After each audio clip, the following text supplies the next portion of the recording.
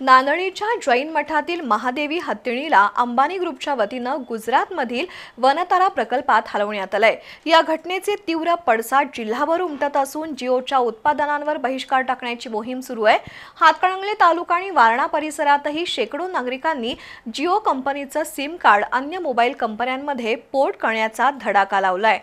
शिरोळ तालुक्यातील नांदणी मठातील हत्तीण गुजरातमधल्या अंबानी यांच्या वनतारा अभयारण्यात पाठवण्यात आली आहे।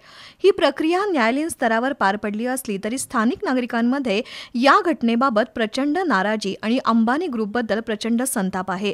त्यामुळे कोल्हापूर जिल्ह्यातील हजारो नागरिकांनी अंबानींच्या जिओ कंपनीच्या मोबाईलचं सिम कार्ड पोर्ट करून दुसऱ्या कंपनीमध्ये कार्यान्वित केलंय।